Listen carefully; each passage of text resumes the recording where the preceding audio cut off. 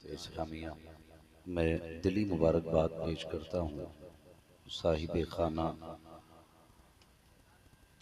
और उनके जुमला अहिब्बा अइज़्ज़ा अक़रिबा उन तमाम अफराद को जिन्होंने इस महफ़िल को सजाने में कोशिशें की हैं, मेहनतें की हैं।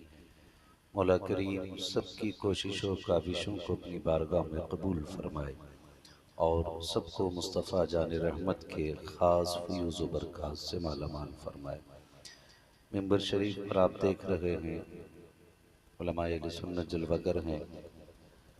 मैं आज जो मेरी आपसे मुलाकात है वो नक़ीब अहले सुन्नत भाई कफ़ील अंबर साहिब क़िबला दामज़िल्लहुल आली के तवस्सुल से आपसे मुलाकात हो रही है।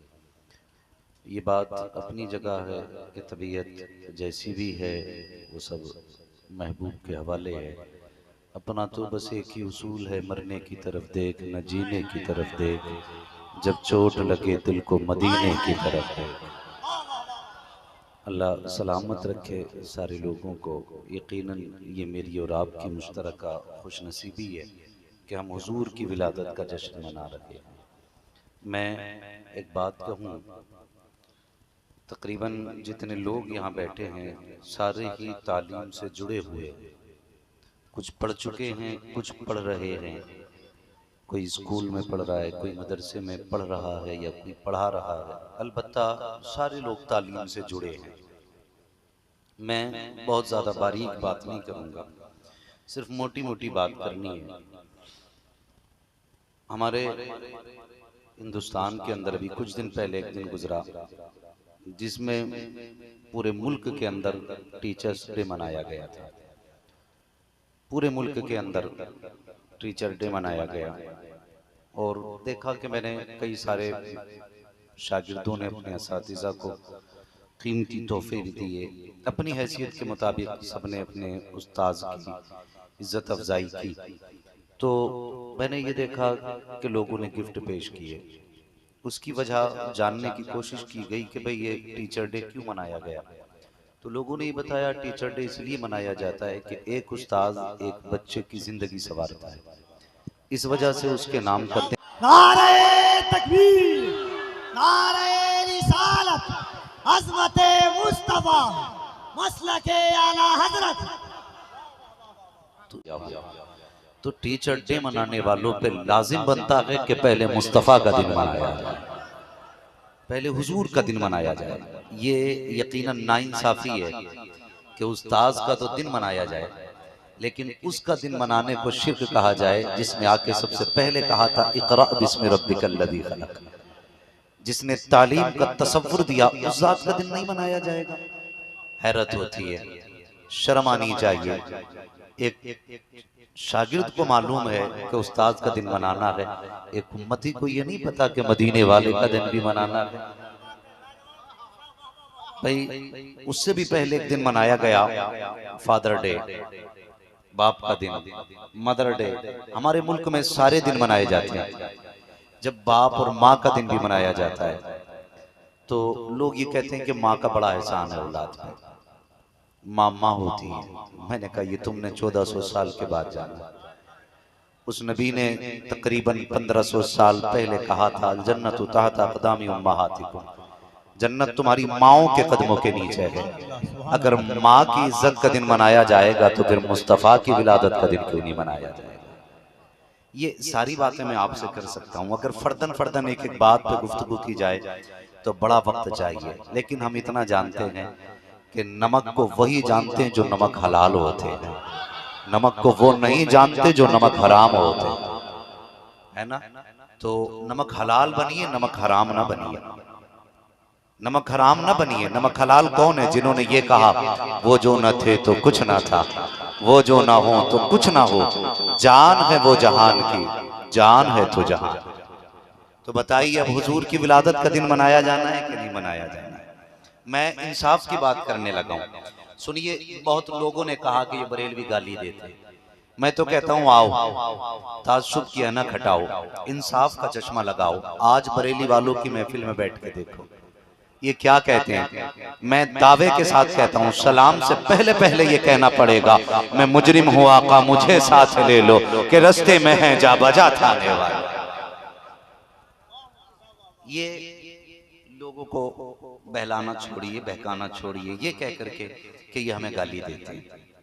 गाली हम आपको नहीं देते। कुरान में तो फरमाया गया उतुल्लिम बादा जाली का जलीम। हम तो तिलावत समझ के करते हैं, गाली जिसे लगती हो लगती है ना। हम तो तिलावत समझ के पढ़ते हैं, जिसे गाली लगती हो लगती हो। हम तो हुजूर की बातें करते हैं, जिसे गाली लगती हो लगती हो।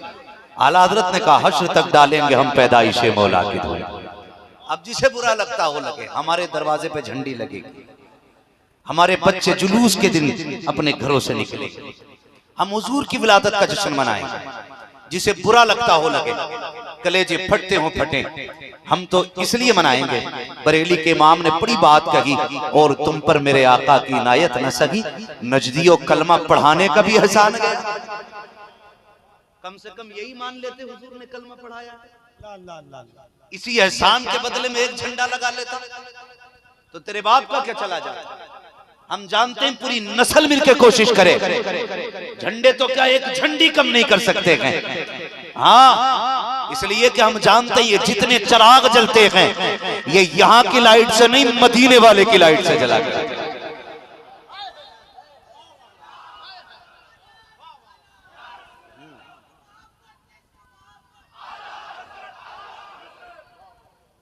भाई और आला हज़रत फरमा गए, तेरी नस्ल पाक में है बच्चा बच्चा नूर का। तू है ऐने नूर तेरा, तू है ऐने नूर तेरा, तू है ऐने नूर तेरा। कुछ लोग नहीं बोल रहे हैं, क्या 24 नंबर है? सारे सुन्नी है ना, पक्के सुन्नी है सारे। जिन्होंने हाथ उठाए, अल्लाह क़यामत के दिन महबूब की जुल्फों का साया अता करे। हाँ भाई, अपने पास बस यही दुआएं मिलती हैं, ठीक है जी, मुकद्दर है अपना अपना। खैर मैं जो बात कह रहा हूँ सुने इस बात को। आला हज़रत क्या कहते हैं, तेरी नस्ल पाक में है बच्चा बच्चा, तू है ऐने नूर तेरा, तेरा सब घराना नूर का। मैं ज्यादा लंबी बात नहीं करूंगा, बस मुख्तसर से अंदाज में बताना चाहता हूँ। एक जहन दिया जाता है, माज़अल्लाह तसव्वुर दिया जाता है कि नबी के माँ बाप जहन्नमी है। माज़अल्लाह, कितने बदबख्त लोग होंगे जो उनको जहन्नमी कहें जिनकी गोद में जन्नत का मालिक आया है। सोचने वाली बात है, कितने बदबख्त हैं वो लोग जो ऐसी जात को जहन्नमी कहे जिसने जन्नत के मालिक को अपनी गोद में लोरियां दी होंगी। मैं एक बात कहता हूँ कफील भाई, आपने मदीना भी देखा है, मक्का शरीफ भी देखा है। खुदा करे हम भी कभी उन गलियों में जाएं जिन गलियों में फरिश्ते अपनी आंखें ठंडी करने आते हैं। हाँ, अल्लाह करे हर आशिक उस वक्त तक मौला उसे मौत ना आए जब तक महबूब का मदीना नजर ना आए। मैं इससे बड़ी और क्या दुआ दूं आपको, मगर खुदा की कसम जमीन बरकतों वाली है क्योंकि वहां उमर लेटा है। जमीन इज्जतों वाली है क्योंकि उस जमीन पे खातून जन्नत लेटी है।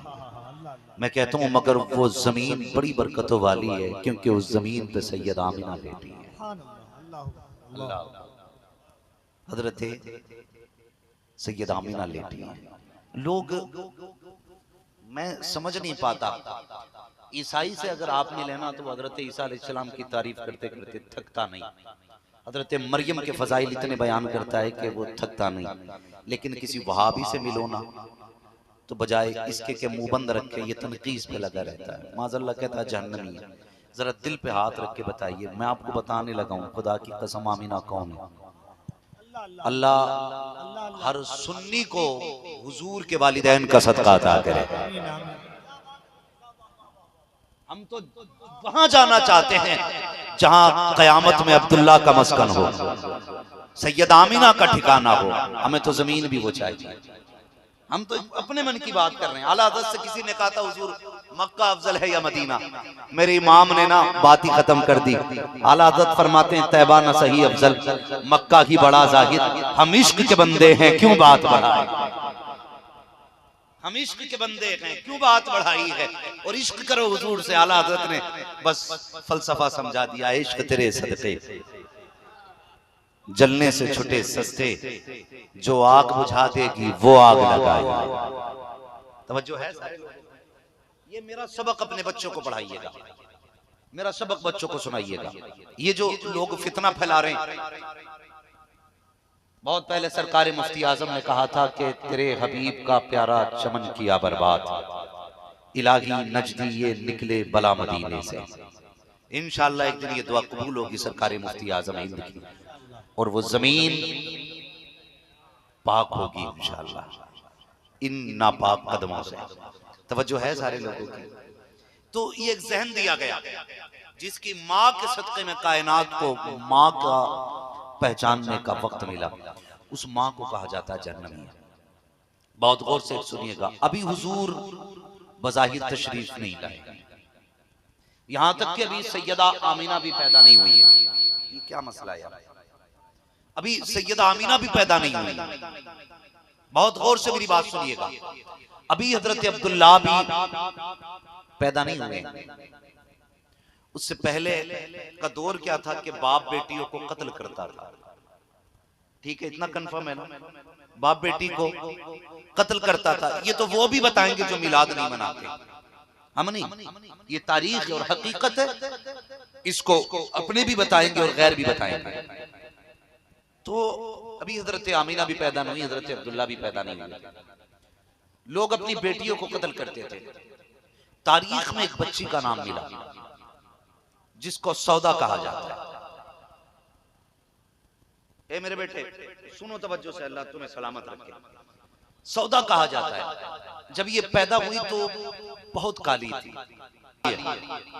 तो सौदा के बाप ने कहा कि अगर बहुत काली है तो मुझे चेहरा भी नहीं देखना, जा जाके उसे कहीं कत्ल कर दे।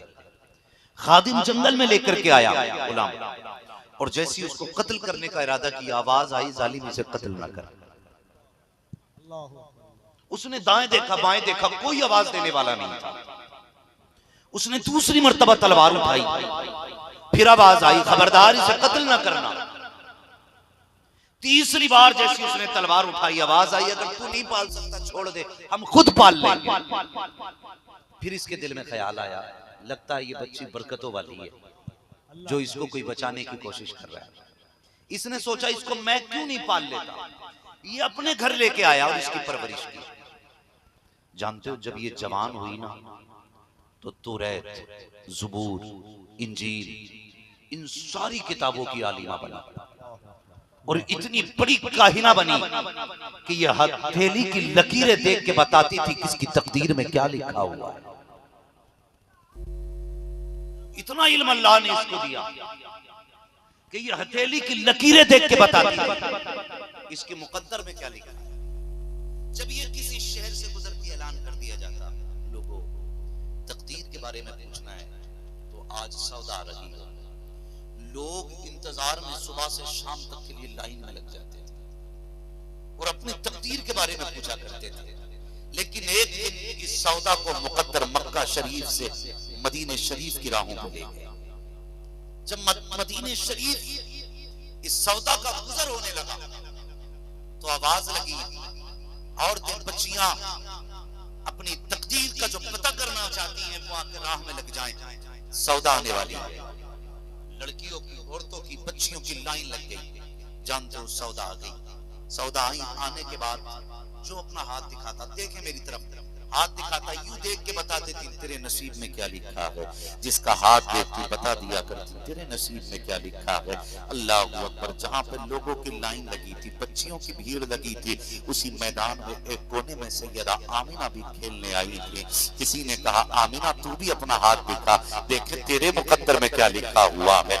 अल्लाह अकबर। सैयदा आमीना हयाओं वाली थी। अल्लाह अकबर। हिफ्फत में आप सैयदा आमीना है, पर्दा नशीन सैयदा आमीना है, ऐसी हयाओं की मलका है सैयदा आमीना। अपना हाथ दिखाना नहीं चाहती थी। अल्लाह अकबर। चाहती थी मेरे तकदीर को सिर्फ मेरा रब जाने, कोई दूसरा ना जाने, इसलिए आना नहीं चाहती थी। किसी ने कहा आमीना बचपन से तेरा किरदार निराला है, तेरे चलते उठते बैठते हमने अंदाज को देखा है, तू सबसे जुदा लगती है, जरा दिखा तो सही तेरे हाथ में क्या लिखा है। जब सैयदा तैयबा ताहिरा हजरत आमीना को सामने लाया गया, अब ताहिरा ने 6 साल उम्र शरीफ सैयदा आमीना की है। आपकी हथेली पे निगाह डाली है तो उस वक्त सौदा के माथे पे पसीना आ जाता है। कभी सौदा हजरत आमिना का माथा देख रही है, कभी लकीरों को देख रही है। किसी ने कहा था सौदा बता तो सही, सबकी तूने 1 मिनट में तकदीर का फैसला सुना दिया। आखिर इस बच्ची में ऐसा क्या है जिसे तू बता नहीं पा रही है? सौदा ने पसीना पोंछ के कहा था कि इस बच्ची की लकीरें कुछ अजीब किस्सा सुना रही है, का कहना क्या चाहती है? तो उस सौदा ने कहा था इसकी लकीरें बता रही है, या तो ये खुद नबी बनेगी या नबियों के इमाम बनने।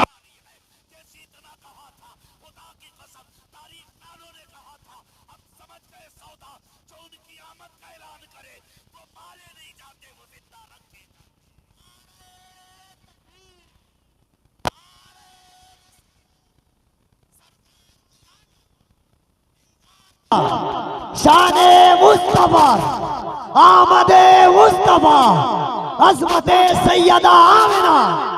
वाह वाह, माइक ऑपरेटर को तवज्जो है। अल्लाह सलामत रखे। अल्लाह अल्लाह अल्लाह अल्लाह। कौन है ये? सैयदा आमिना। हाय हाय। और ये किसने कहा? सौदा ने, जिसको पैदा होते ही मारा जा रहा था, लेकिन बचाया रब ने। क्यों? क्योंकि इससे मुस्तफा की विलादत का ऐलान कराना। पता चला जो विलादत का ऐलान करते हैं वो मारे नहीं जाते हैं, हाय हाय हाय हाय, वो जिंदा रखे जाते हैं। वही जिंदा रखे जाते हैं जो मिलाद वाले होते हैं। अब मुझे बताया जाए ये अजमतें किसकी है? सैयदा, जोर से सैयदा, और जोर से सैयदा आमिना की अजमत है। अल्लाह आपको सलामत रखे। ये बात याद रखिएगा और नस्लों को सुना जाइएगा। वो मोहताज होके तो मरेंगे, इंशाअल्लाह कभी वहाबी होके नहीं मरेंगे। और हम चैलेंज से कहते हैं हम हक वाले लोग हैं, हम ही हक वाले लोग हैं, हम ही हक वाले लोग हैं। और हक की पहचान मसलक आला हज़रत है। इस दौर में हक की पहचान मसलक आला। बहुत गौर से मेरी बात सुनिए। क्या नाम है? सैयदा, सैयदा, और जोर से सैयदा नबी की अम्मी। और अब बात करूं नबी के वालिद की, जिसके कदमों पे सारे बापों की जाने कुर्बान। हमारे माँ बाप जिनके माँ बाप पे कुर्बान, खुदा की कसम सैयदा आमीना और हजरत अब्दुल्ला। हजरत आमीना की उम्र शरीफ कितनी थी? 5 या 6 बरस। जब ये बताया गया था कि ये खुद नबी बनने वाली है या नबियों के इमाम की मां बनने वाली है। अब बात करें, इधर हजरत अब्दुल्ला मक्के में पैदा हो रहा है। मदीने शरीफ से बड़ा गहरा ताल्लुक है मेरे मुस्तफा, सुभान अल्लाह। मेरे सरकार का निहाल मदीना शरीफ है, मेरे सरकार के वालिद का निहाल भी मदीना शरीफ है, मेरे हुजूर के दादा का निहाल भी मदीना। क्या बात है, सुभान अल्लाह। बहुत पुराना ताल्लुक है मदीना शरीफ से। वाह वाह। और मदीना शरीफ का उनका शहर है। आला हज़रत फरमाते हैं अल्लाह अल्लाह अल्लाह, और कदम रख के चलना, अरे सर का मौका है हो जाने वाले, है ना। आला हज़रत फरमाते हैं कि काबे का नाम सबने लिया है। पूछा था हमसे जिसने कि नौजत किधर की। हाँ, तो ये मदीना शरीफ है। इधर हजरत आमीना पैदा हुआ और मक्के में हजरत बोले सारे हजरत हुजूर के वालिद का नाम क्या है? अब्दुल्ला। हाँ, सारे याद रखिएगा। हम भले ही अपने बाप का नाम भूल जाए, रसूल पाक के बाप का नाम नहीं भूल। हजरत अब्दुल्ला। हाँ, हजरत अब्दुल्ला ये पैदा हुए मक्का शरीफ। जब ये पैदा हुए तो यहूदियों में खलबली मच गई। उनके जितने मौलवी थे वो सर जोड़ के बैठ गए। कौम ने पूछा हुआ क्या है, तो बताया गया कि वो आ गया कि जिसके घर में नबियों का इमाम आने वाला है। मैं भी हुजूर की बात नहीं कर रहा हूं, मैं हजरत अब्दुल्ला की बात कर रहा हूं। वो आ गया जिसके घर में नबियों का इमाम आने वाला है। का कौन? का अब्दुल्ला। का फिर का हम जो ये सदियों से कोशिश कर रहे हैं कि मोहम्मद पैदा ना हो तो हमारी कोशिश नाकाम हो जाएगी। लोगों ने कहा बात ऐसा है कि ये जो हमारी कौम के बड़े बड़े मौलवी हैं ना, इनसे पूछते हैं क्या किया जाए। तो उनके कौम के जो बड़े बड़े मौलवी थे, उन्होंने कहा कि देखिए, अगर उनको आने से रोकना है ना, तो फिर अब्दुल्ला को कत्ल कर दो। ना होंगे अब्दुल्ला और ना आएंगे मोहम्मद रसूलुल्लाह। लोगों ने कहा यह कैसे पता चलेगा कि वो आ गए? तो उनके मौलवियों ने कहा कि निशानी हमारी किताबों ने बताई है, कि सारी निशानियां बता रही हैं कि अब्दुल्ला मक्के में पैदा हो चुके हैं। कहां पैदा हो चुके हैं? मक्के में। कहां पैदा हो चुके हैं? मक्के में। बच्चे भी बोले जरा, कहां पैदा हो चुके हैं? मक्के में अब्दुल्ला पैदा हो चुके हैं। अब क्या करना है? कहा कि उनको कत्ल कराया जाए। इन्होंने पूरी प्लानिंग की और बहुत बड़ा दौलत का जखीरा इकट्ठा किया। उसके बाद एक नंबर का किलर, टॉप नंबर का कातिल बुलाया और उससे कहा, अगर तू अब्दुल्ला का सर काट लाएगा, ये सारी दौलत तुझे दी जाएगी। उसने कहा, ये अब्दुल्ला कौन है? कोई बादशाह है? कोई गवर्नर है?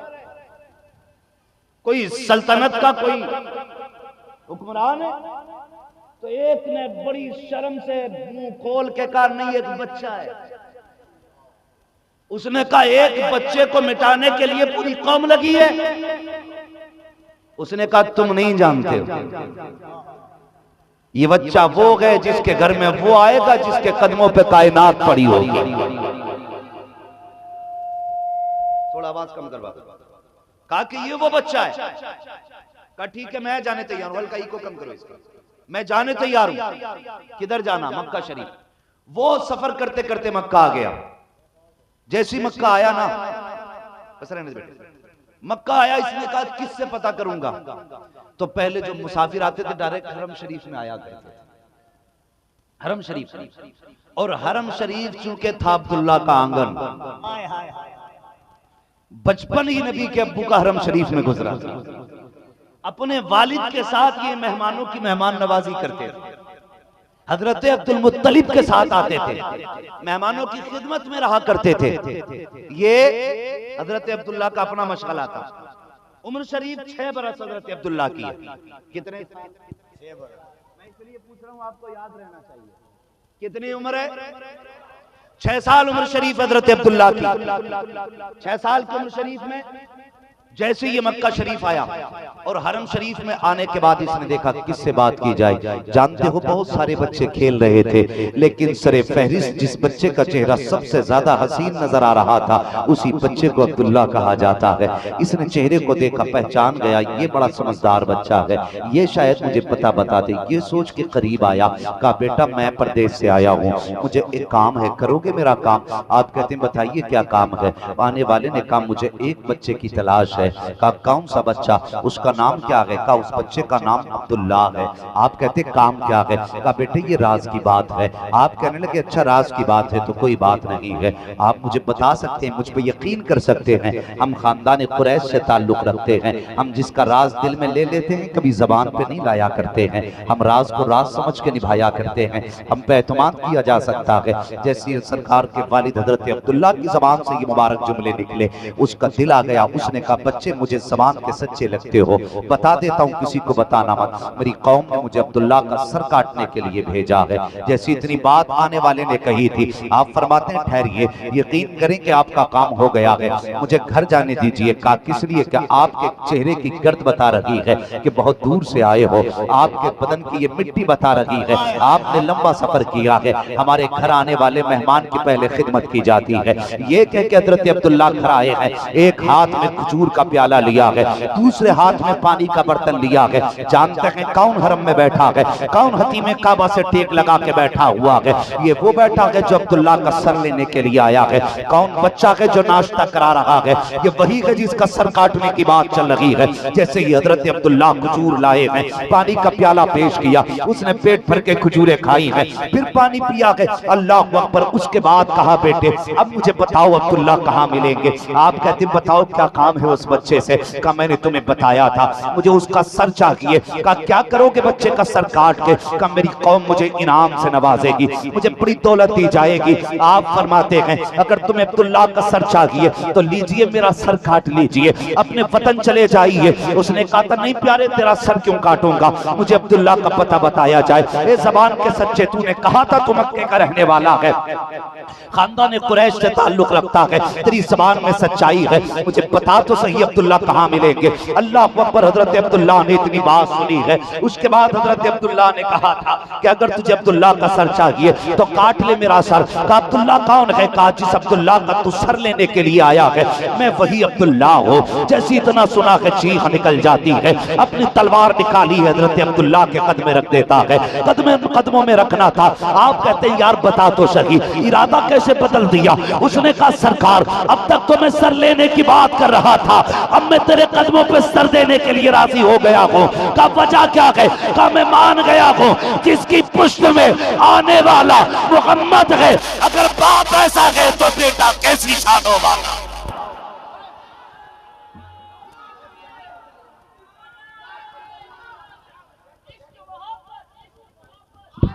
बैठो बैठो, माइक ही ऐसा, ये साउंड में कहीं वायर नहीं लूजिंग। ताजुश शरिया ताजुश। वाह वाह वाह वाह, क्या खैरियत है सारे लोग? सुभान अल्लाह।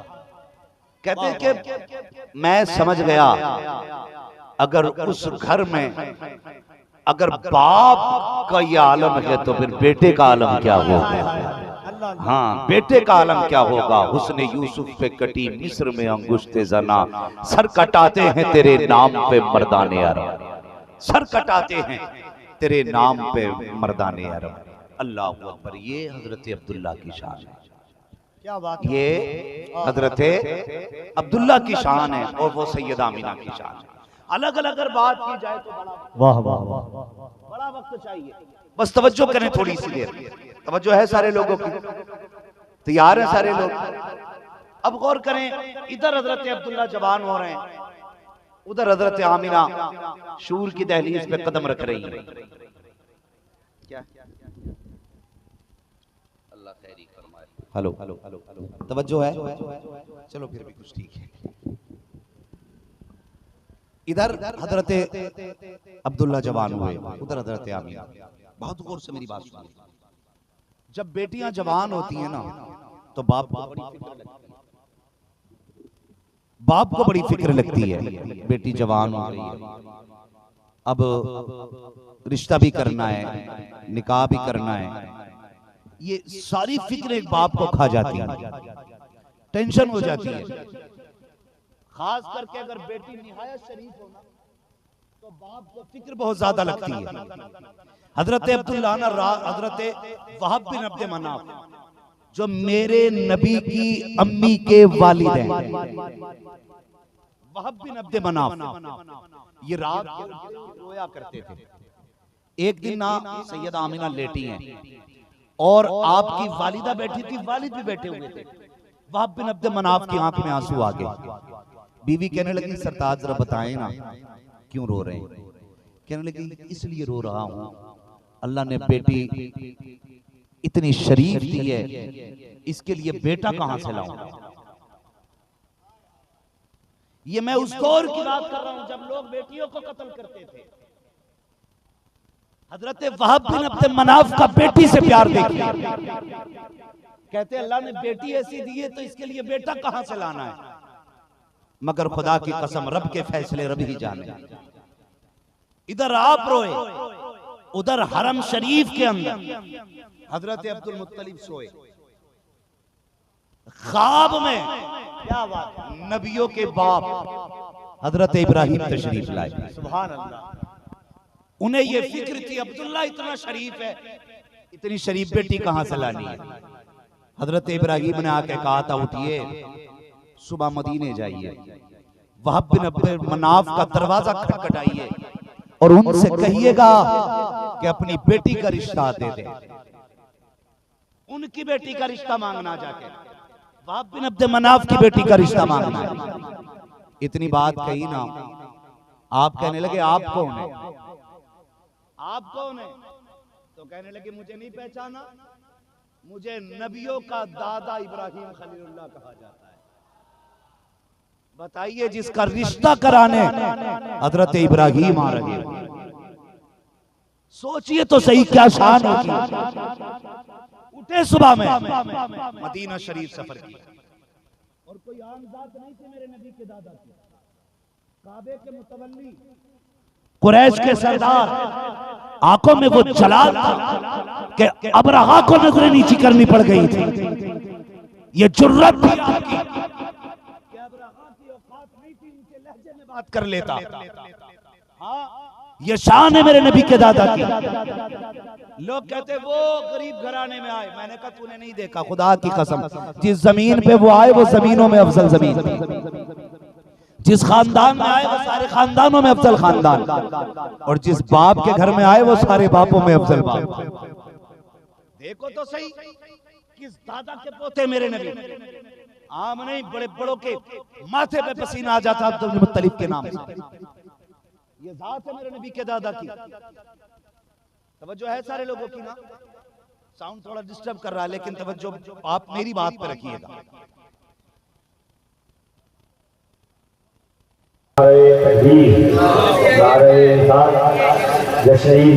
नबी जो तकरीर हुजूर की मिलाद पर आप सुन रहे हैं, कभी कभी सुनने को मिलती है।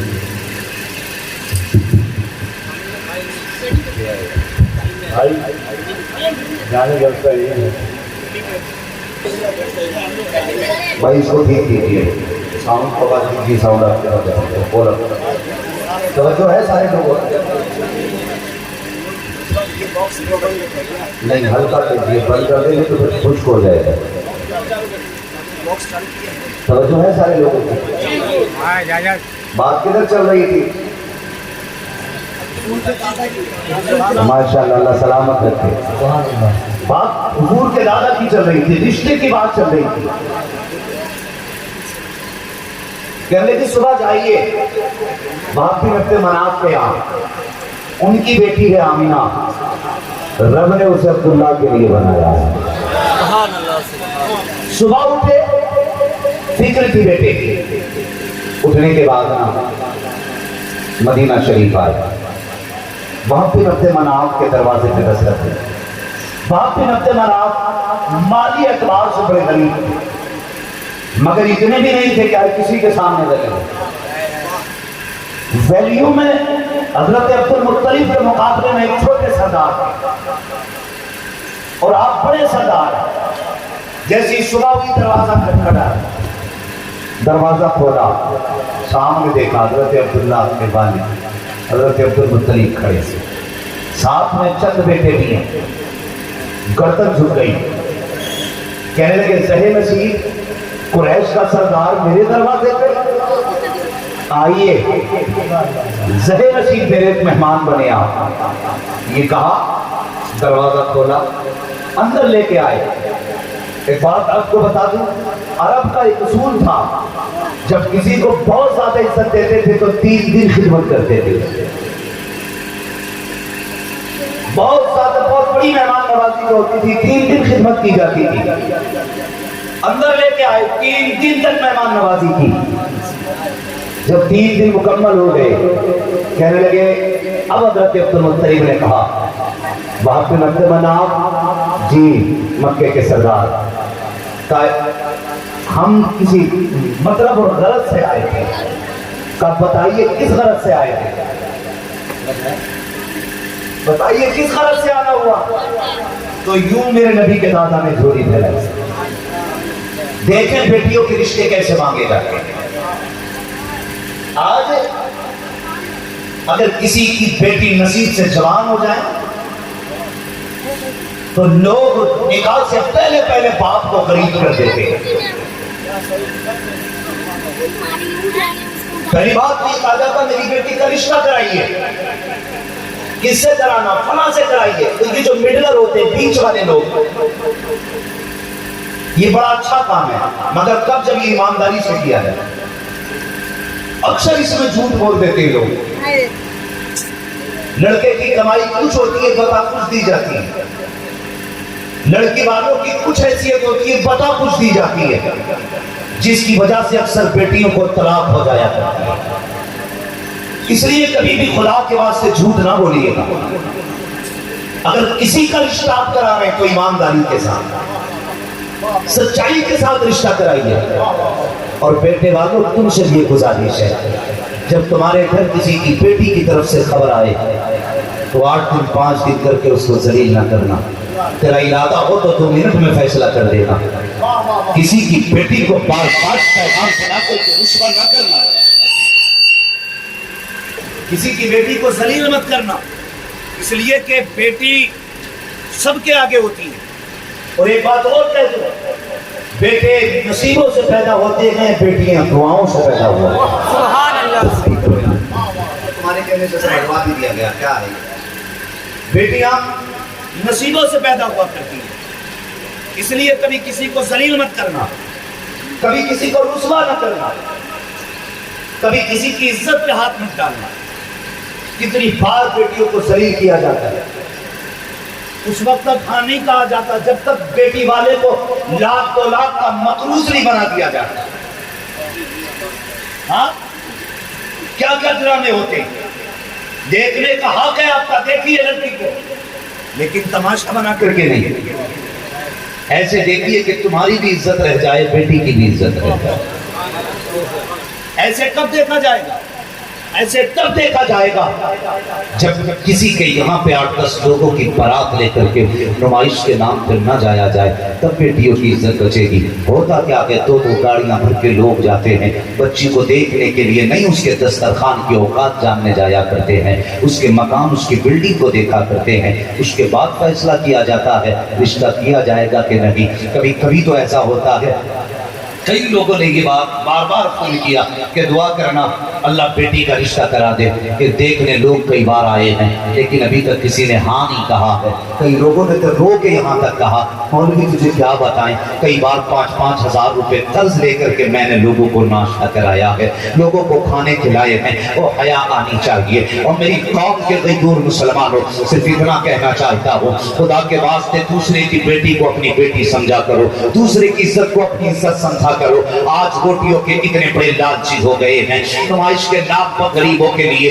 एक मुसीबत पैदा कर दी है हम लोगों ने। कई बार पेट भर के आ जाते हैं, उस वक्त हाँ या ना नहीं कहा जाता है, 3 दिन का वक्त लिया जाता है, 3 दिन के बाद कहा जाता है लड़की की नाक पसंद नहीं आई, उसकी आंखें पसंद नहीं आई, उसका कद अच्छा नहीं लगा, और बगैर खुदा के वास्ते कोई और बहाना बना करके इनकार कर दे। तू नहीं जानता है जब किसी की बेटी के वजूद में ऐब निकाला जाता है तब बेटियों के दिल पे क्या गुजरा करती है, ये तुझे क्या पता है।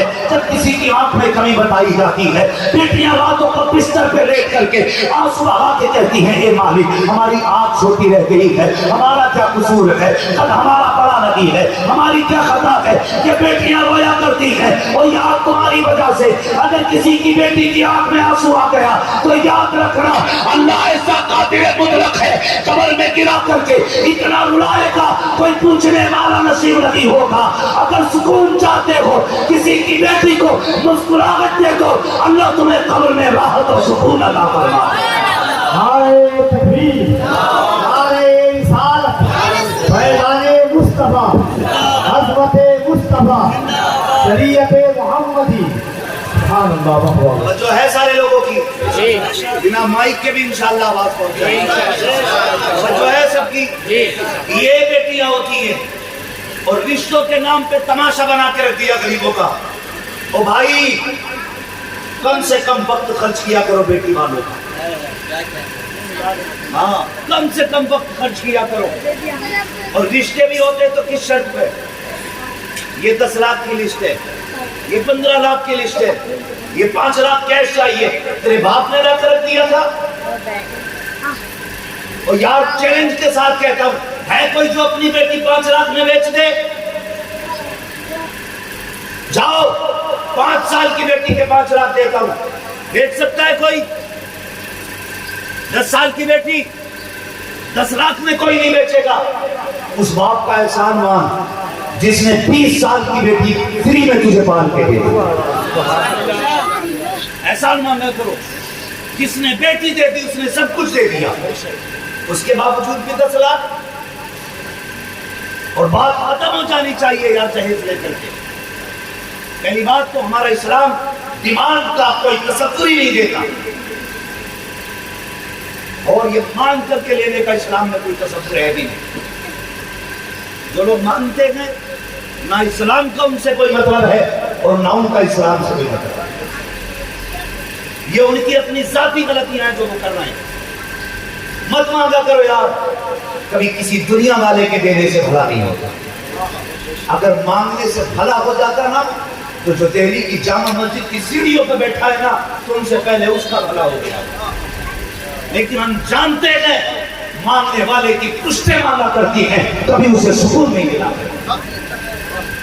मांगना है कभी गुंबदे खजरा वाले से, कभी मांगना है अपने रब से मांग, कभी मुसल्ला बिछा के मांग, कभी आंसू गिरा के मांग। फिर देखो कितना देता आवाज आती, हम तो माई मकरम है कोई ईसाई भी नहीं, राह दिखलाए किसे रब मंजिली नहीं। मांगता कौन है रब से? मुझे बताया जाए कितनों ने मांगा? हाँ, कितनों के पास तसव्वुर है कि हमें रब से मांगना है और मुस्तफा के वसीले से मांगना है। वो ही मांगने का जो बजट भी हो। आला हज़रत ने तसव्वुर दिया, वही रब है जिसने तुझको हम तन गरम बनाया, हमें भीख मांगने को तेरा आस्था। ये तसव्वुर सिर्फ बरेलवियों के पास। और हम मांगते क्यों हैं? मांगेंगे मांगे जाएंगे, वो मांगी पाएंगे। सरकार में ना ला है ना हाजत, अगर की है मंगतों का हाथ उठते ही दाता की कैद थी, पूरी कबूल अर्ज में बस हाथ भर की है। नारे तकबीर, नारे रिसालत, मसलके आला हज़रत, कलामे आला हज़रत, इश्क़े मुस्तफा, हाजिर व नाज़िर कॉन्फ्रेंस, फैज़ाने गौसे आज़म। तवज्जो है आपकी? चले आगे, अभी वक्त है ना?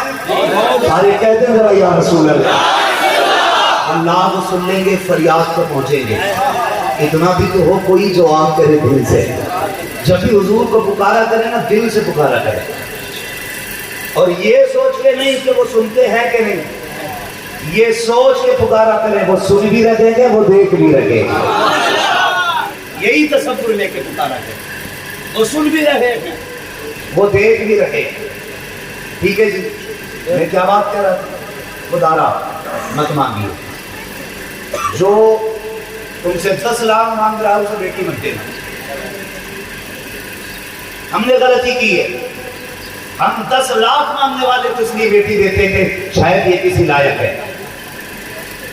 अगर मैं फिक्री बात करूँ ना, ये उलमा बैठे इल्म वाले लोग हैं, जो औरत का नान और नफका न दे सके उसके लिए निकाह करना हराम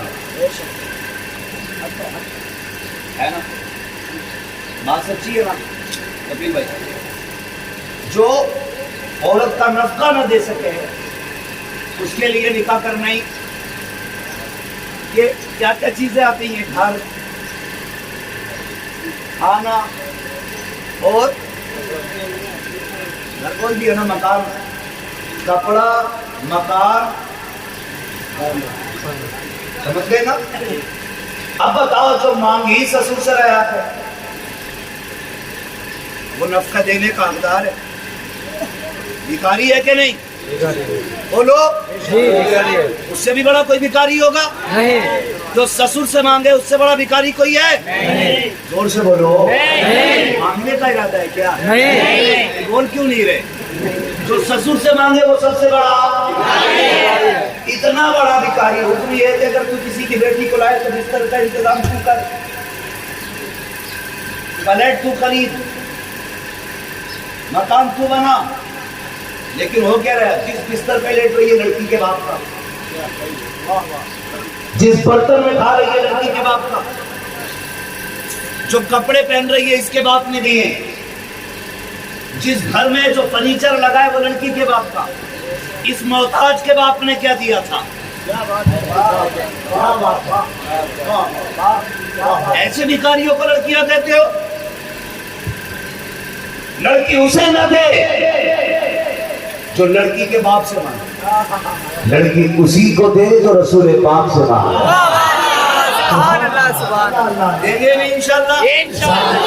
रिश्ता करने से पहले गौर कर लिया करो, बेटी का हाथ किसके हाथ में दे रहे हो? लेकिन गौर कौन करे, कह रहे आप फेसबुक पे पसंद आया लड़का, तो फेसबुक पे तो भाई साहब चेहरे बदल जाते हैं, कैरेक्टर क्या चीज है, चेहरे बदल जाते हैं, कैरेक्टर क्या चीज है। क्या नहीं, वहां पिकनिक पे गए थे ना, तो वहां लड़के की हेयर कटिंग थी, यूं बाल थे, 3 रिंग पड़े थे कान में सोने के, ये नहीं पता इसका टीचर ने पूरी जिंदगी में वही बनाए। तो जो लोग दामादों को मैरिज हॉल में, पिकनिक पे, फेसबुक पे, सोशल मीडिया पे तलाश करते हैं, उन्हें निकम्मे दामाद मिलते हैं। अगर दामाद तलाश करने तो मस्जिद में तलाश करो जाएगा, जो 5 वक्त सजदे करने आता है, बिना सोचे समझे बेटी दे देना, इसलिए कि जो रब का हक अदा कर सकता है वो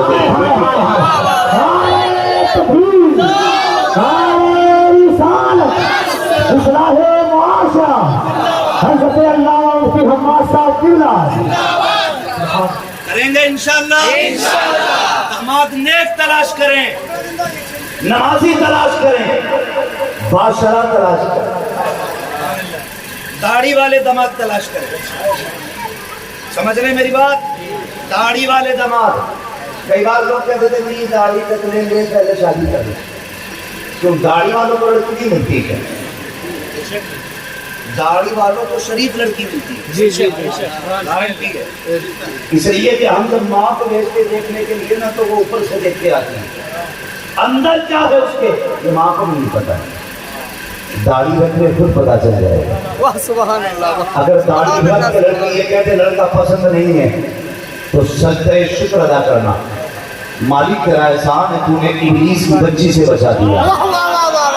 और दाढ़ी तो सजदे शुक्र करना, कहना मालिक तेरा शुक्र है, तूने दाढ़ी भी दे दी है सजदे में कलीजे फातिमा। सुभान अल्लाह, सुभान अल्लाह, सुभान अल्लाह, सुभान अल्लाह।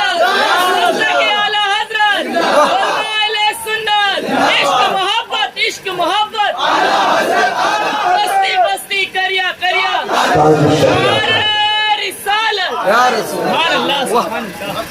समझ गए मेरी बात? जी लड़के समझदार हैं, दाढ़ी रख लेना बेटा, वरना पूरी जिंदगी मज़ारों के चक्कर लगाने पड़ेंगे। अब वो आ गया, इस पर नहीं उतर रहा है। हाँ कहते भूत आ रहे हैं, इसका 3 जिन्नों का साया, सारे मज़ार छाती तेरा ठीक ही नहीं हो रही। ठीक तो तब हो ना जब इस पे कुछ हो, जब ये खुद ही कुछ है तो ठीक कैसे हो सकती है यार? जब खुद ही भूत नहीं हो, बच जाएगी, नहीं होगी ना ठीक, तो बचिएगा, गाड़ी रखिएगा। कहीं से फातिमा ज़हरा आई, कैसी आएगी? जैसी अली के घर में शहजादी आई। खुदा की कसम 3 दिन कुछ नहीं मिला सैयदा फातिमा को, एक लुकमा नहीं पाया। 3 दिन के बाद अली कहते हैं फातिमा चेहरा जर्द है, बदन सर्द है, क्या बात है, तबीयत ठीक है? कहा तबीयत तो ठीक है। कहा कमजोरी क्यों? काली तुम पूछ रहे हो तो बता रही हूँ, 3 दिन से लुकमा नहीं खाया। कहा क्यों? कि मुझे मिला नहीं और मैंने तुमसे मांगा नहीं। सैयदा फातिमा ने इतना कहा, अली कहते फातिमा कह दिया होता, अगर अली मैं आज रोटी मांग देती, कयामत में अपने रब को कौन सा मुंह दिखाती। खुदा की कसम कैसा भरोसा था उनको अपनी जात पे। ऐसी बेटियां नसीब से मिला। समझ गए मेरी बात? समझ गए ना भाई? दाढ़ी रखिएगा, उसके बाद निकाह कीजिए, इंशाअल्लाह बीवी भी आएगी, बरकतें भी आएगी। तो बाद में दाढ़ी रखेंगे तो फिर दाढ़ी रखने से और घर में चिरैन फैलेगी है। अगर किसी घर में दिल हो और लोबान सुलगा दो बरेली शरीफ का, तो फिर दोने पर नहीं है भाई। इसलिए दाढ़ी पहले रख ले, बाद में निकाह करने। समझ गए ना इतनी बात?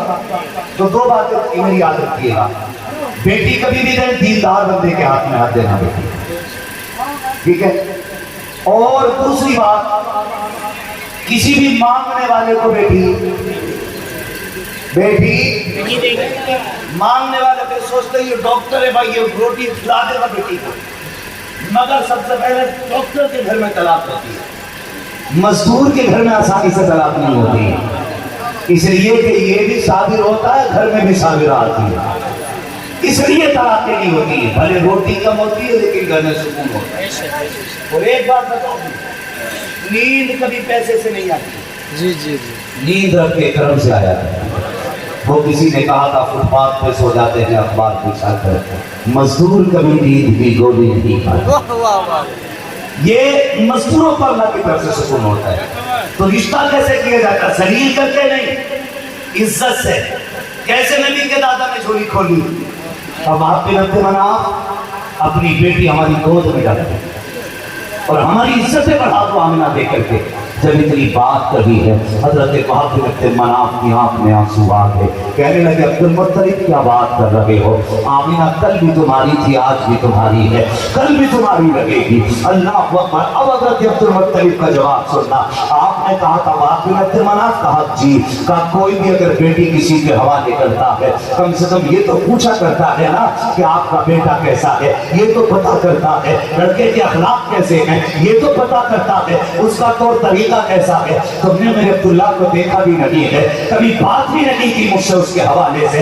एक बार तो ये पूछ लिया होता मेरा अब्दुल्ला है कैसा, बिना तुमने पूछे कैसे, बिना तहकीक के मेरी गोद में बेटी कैसे डाल दी। आप कहते हैं अब्दुल मुत्तलिब, ये बात अपनी जगह पे मुसल्लम है। आप काबे के मुतवल्ली हो, कुरैश के सरदार हो, मैं एक छोटा सा सरदार हूँ, लेकिन बेटी मुझे भी प्यारी है। आपको क्या लगता है कि मैंने तहकीक नहीं करनी थी, मुझे पता नहीं लगाना था? कभी किससे पता लगाया?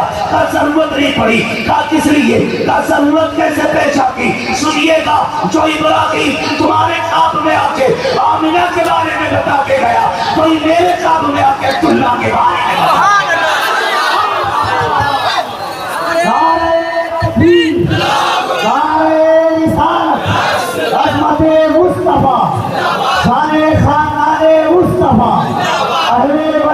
मुस्तफा, विलादत मुस्तफा।